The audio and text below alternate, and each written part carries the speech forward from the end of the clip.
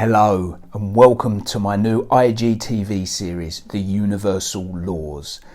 I'm so thrilled to be here with you, and the reason I decided to release this training for you is simply because of all that is going on in the world right now. This past year or so, depending on where you are in the world, can certainly be defined by the vast majority of us as a year like no other. And as a result, people are suffering more than they have ever had. And so, in my opinion, people need this valuable material more now than ever. People are focused on fear, lack, illness, and what they don't want in their lives, rather than on faith, abundance, wellness, and what they do want in their lives. Now, maybe you can relate to this, and I fully appreciate it's very difficult when the narrative has been fear-based and solely about one subject for the best part of a year. It's very important to understand that this isn't really happening on a conscious level though. As I've stated on many occasions, cognitive neuroscientists have concluded that we are only consciously aware 5% of the time. So all this happens deep in our subconscious mind and means we are reliant on something called the adaptive unconscious.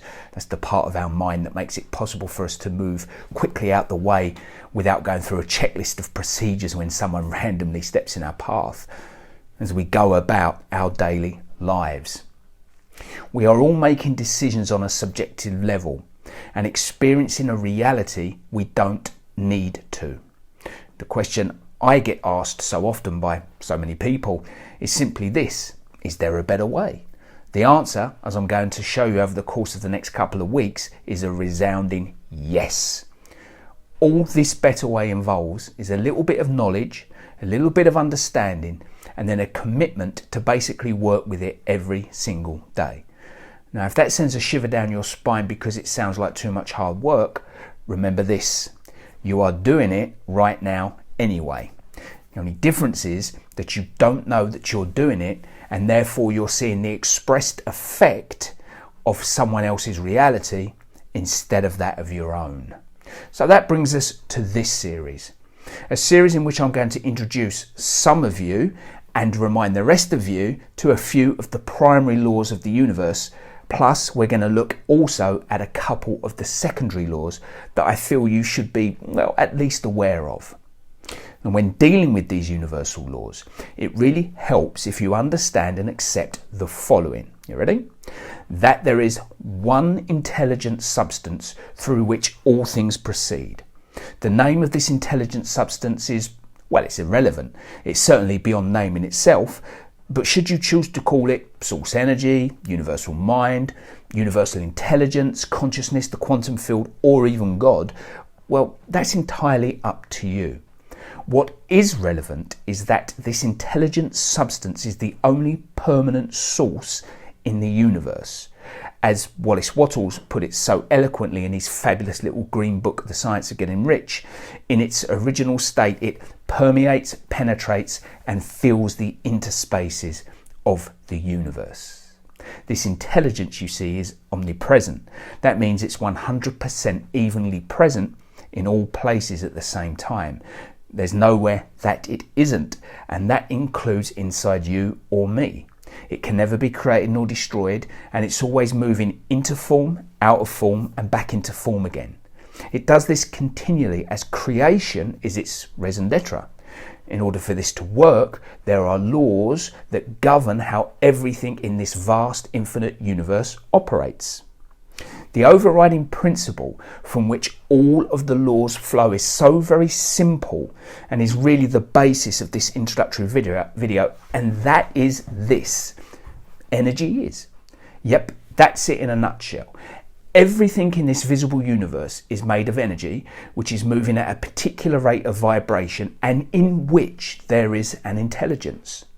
As stated already, this energy cannot be destroyed or created, but the rate of its vibration can be altered. Think ice, water, steam. Same stuff, different rates of vibration. I want to mention one thing briefly here. If energy cannot be created, that means all creation is already done. Now think about that for a moment. Everything that will ever be invented at any point in the history of humanity exists now. We just have to alter the rate of our vibration to align with it. This is law.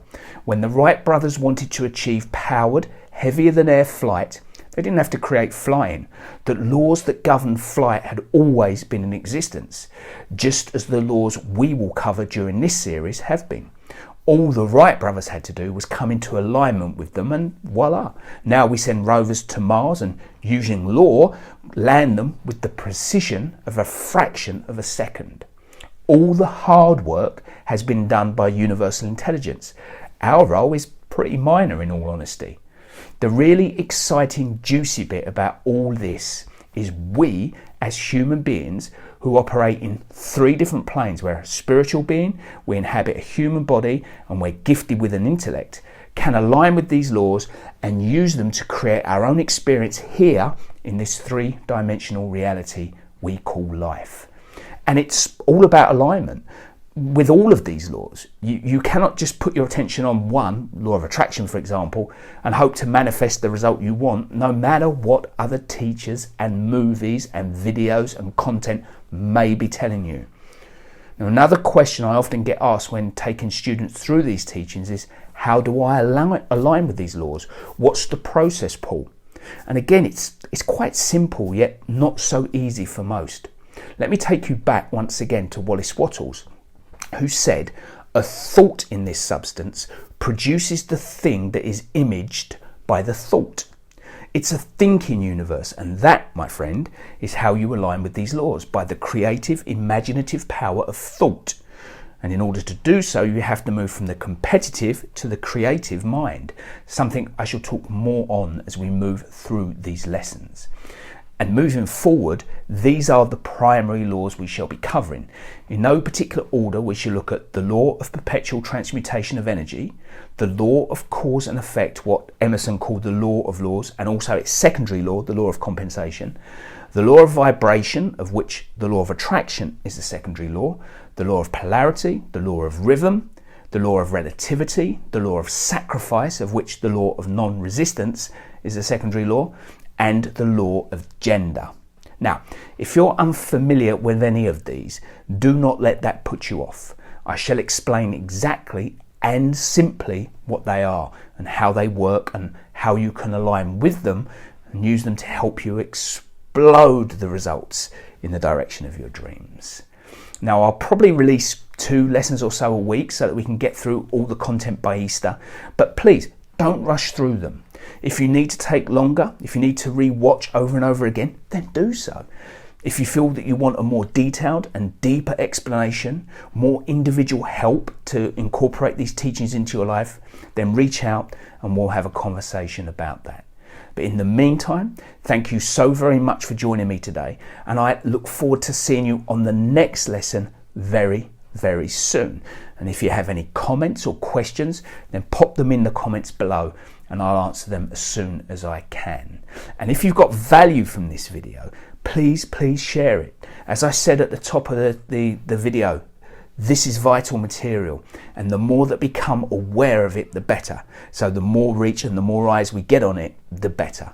So have a truly fabulous day, and I'll see you very, very soon on the next video. Bye for now.